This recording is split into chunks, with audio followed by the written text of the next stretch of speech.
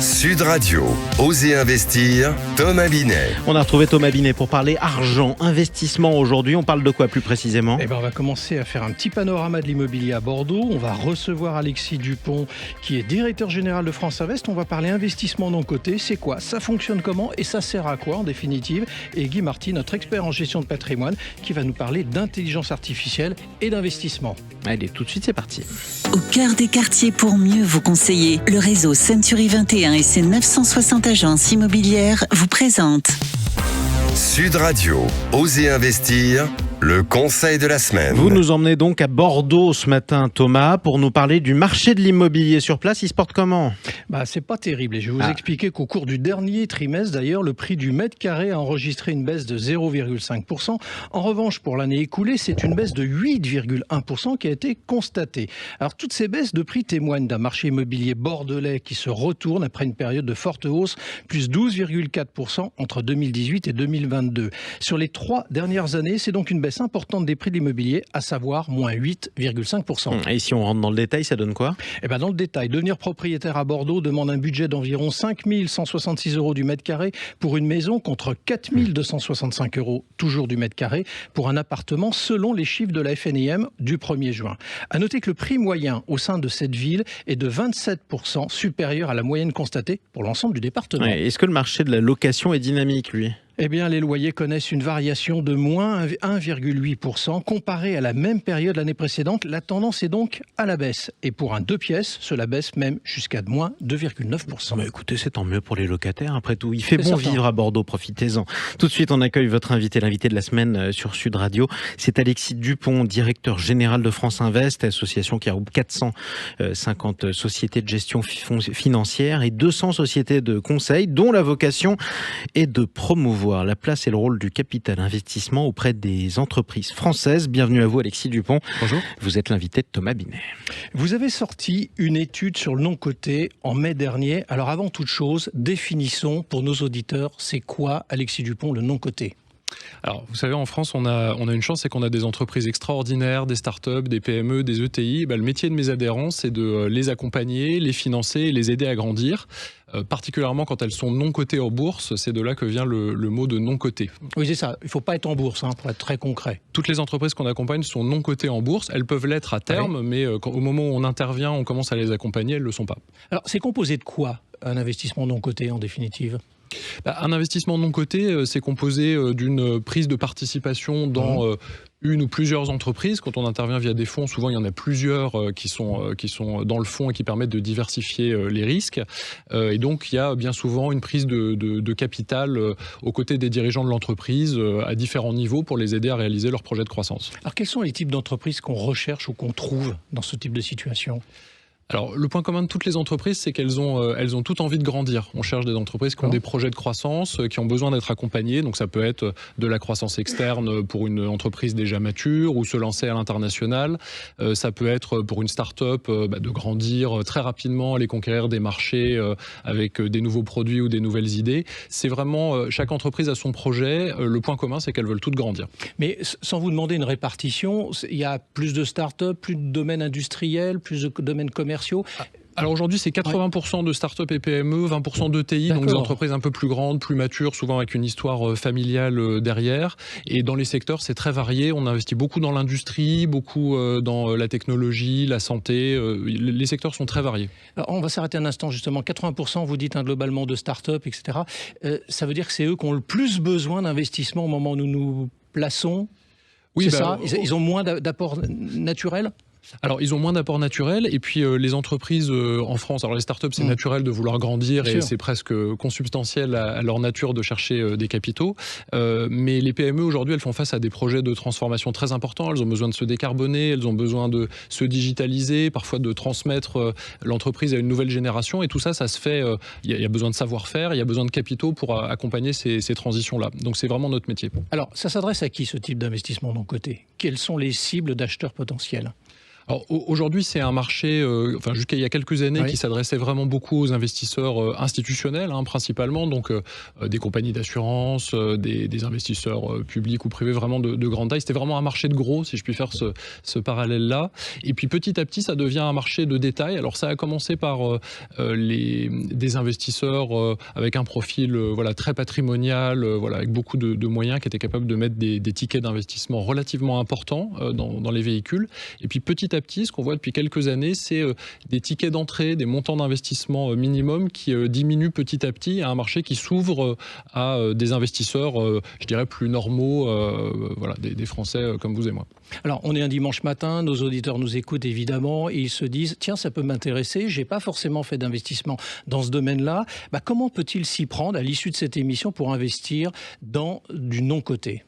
Alors, il y a une offre de plus en plus importante de véhicules d'investissement qui émergent, qu'on relevait dans cette étude-là. Il y a une centaine de fonds aujourd'hui, donc vraiment qui s'adressent à des clients particuliers, des personnes physiques. Donc il y a une offre qui émerge. On voit qu'elle est très diversifiée d'ailleurs, donc chacun peut y trouver chaussure à son pied en fonction de ses attentes de performance, du type d'investissement, de l'horizon de placement aussi. Le point commun de tous ces placements quand même, c'est que ce sont des placements très longs, c'est des horizons d'investissement aux environs d'une dizaine d'années. Nous, souvent, on accompagne les entreprises pour en moyenne 5 à 7 ans, donc c'est quand même de l'horizon de placement assez long, et avec une liquidité de ces placements, la capacité de récupérer son investissement qui est assez limitée quand même pendant une bonne période de temps. Donc il faut avoir un horizon de très long terme et envie d'accompagner des PME dans la durée. Et l'offre existe aujourd'hui, grandit et permet à chacun de trouver un peu ce qu'il souhaite. Alors une question que tout le monde doit se poser, quand je mets de l'argent sur quelques sujets, que ce soit en termes d'investissement, le rendement, la rentabilité, c'est quand même le sujet de préoccupation. D'abord, est-ce que c'est un rendement stable au sens serein, pas de risque? Et ensuite, à quel niveau on peut l'estimer? Alors clairement, ce sont des placements qui présentent un certain niveau de risque, qui peut être variable selon le type de support, mais on n'est pas sur un placement comme un livret A ou un fonds en euros d'assurance vie qui est garanti. Il y a le risque, pardon de vous interrompre, il est lié à l'activité aussi de l'entreprise, c'est ça qu'il faut dire? Il est lié à l'activité de l'entreprise d'ailleurs, c'est-à-dire que gérer une PME, essayer de la faire grandir, il y a beaucoup de dirigeants qui le savent, peut-être qui nous écoutent, c'est une activité qui est risquée, qui n'est pas garantie au quotidien. Dans un contexte économique en plus. Voilà, et dans un contexte économique qui se complique. Alors nous, notre métier, c'est aussi de les accompagner, ces entreprises-là, pour sécuriser aussi leur trajectoire de croissance, les aider à pas faire d'erreurs et donc sécuriser quelque part aussi un peu l'investissement. Il y a aussi un effet de diversification dans les fonds puisque vous n'êtes pas exposé à une seule entreprise mais souvent à 5, 10 entreprises dans lesquelles on investit. Et comment on peut clarifier le sujet sur le rendement malgré tout? Est-ce que le rendement peut être bon, très bon ou complexe? Est-ce que vous laissez entendre aussi un peu? Non, alors c'est forcément variable selon les segments. Nous, ce qu'on mesure aujourd'hui, alors les performances passées ne préjugent pas des performances futures, donc il faut être prudent. Puis l'offre qui émerge est relativement jeune, elle a moins de 3 ans. Mais on voit des véhicules qui aujourd'hui, entre le moment où on a investi 1 euro et aujourd'hui, représentent à peu près 1,25 euros d'investissement. Donc 25% de rendement cumulé depuis le début de ces véhicules-là.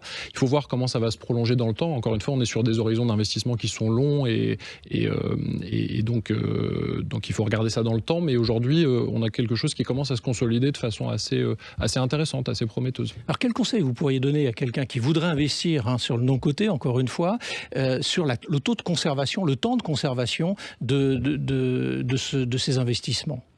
Alors, il y a de plus en plus d'offres aujourd'hui qui émergent pour trouver des équilibres entre la liquidité, la capacité de retirer son investissement et l'horizon de placement de ce type de support qui est forcément long parce qu'une entreprise, elle crée de la valeur, elle grandit dans le temps. On sait bien que ce n'est pas des placements spéculatifs, ça prend des années de faire grandir une entreprise. Donc il y a de plus en plus de supports qui essayent de trouver un équilibre entre ces deux éléments-là, permettre aux investisseurs de sortir un petit peu plus tôt. Le conseil qu'on peut donner, c'est de quand même avoir un horizon de placement relativement long et d'étudier les offres qui existent, qui peuvent être assez différentes. Comme tout type d'investissement. Merci à vous, Alexis Dupont. Merci beaucoup. Merci d'être passé du côté d'Oser Investir. Je rappelle que vous êtes le directeur général de France Invest. Tout de suite, on explique quelque chose. Intergestion REM, spécialiste de l'épargne en SCPI depuis plus de 30 ans, présente Sud Radio, Oser Investir, Le coin de l'expert. Avec Guy Marty, consultant en gestion de patrimoine et fondateur de pierrepapier.fr. Guy Marty, on parle de plus en plus de l'intelligence artificielle. Alors, est-ce que vous pensez qu'un supplément d'intelligence permettra aux épargnants et investisseurs de mieux réussir leur placement ? Question subsidiaire, ChatGPT ou ses successeurs sont-ils les conseillers de demain ? Eh bien, mon cher Thomas, je crois que nous sommes tous victimes d'une méconnaissance du sens des mots. En fait, l'intelligence artificielle, c'est une magnifique erreur de traduction. Vous savez, les intelligence services, ce sont les services de renseignement, les services secrets. La CIA. Ben oui, Central Intelligence Agency, c'est pas l'agence intelligente, c'est l'agence des renseignements. En fait, intelligence en américain, ce sont les informations, les données. Donc c'est une fake news. Intelligence artificielle, ça n'a rien à voir avec l'intelligence du coup. Alors, pas si simple, parce que se servir de l'IA, c'est comme si vous aviez une capacité d'observation démultipliée et une mémoire complètement extraordinaire. Alors, si vous avez plus de données, vous aurez plus de chances d'arriver à de meilleures conclusions. Ce qui veut dire que c'est un exceptionnel outil pour investir en bourse, c'est ça ? Alors, oui. Mais si des milliers d'investisseurs utilisent en même temps l'IA, ils vont tous arriver à la même conclusion au même moment. Acheter telle action, par exemple. Donc ça va faire monter les cours. Et il faudra alors avoir agi dans les premières secondes, sinon le conseil sera périmé. Autrement dit, l'IA va créer des consensus et des bulles, puis des retournements brutaux. Et puis tout ça, c'est sans compter les surprises que l'avenir nous réserve. Vous savez, même l'IA la plus puissante fonctionne à partir des données déjà constatées. Il reste toujours une part d'inconnu dans l'avenir. Alors quelle est votre conclusion sur le sujet ? On peut sans cesse progresser et l'IA va nous aider énormément. Plus d'informations, mieux traitées. Mais investir signifie se projeter dans l'avenir. Il restera donc toujours dans l'acte d'investissement la nécessité de décider sans tout savoir. Merci à vous. En tout cas, c'était parfaitement intelligible. Merci à vous Guy Marty. Merci à vous Thomas Binet également. On vous retrouve la semaine prochaine, dimanche prochain, pour de nouveaux numéros d'Oser Investir et Oser Entreprendre. À bientôt. Avec plaisir. Merci.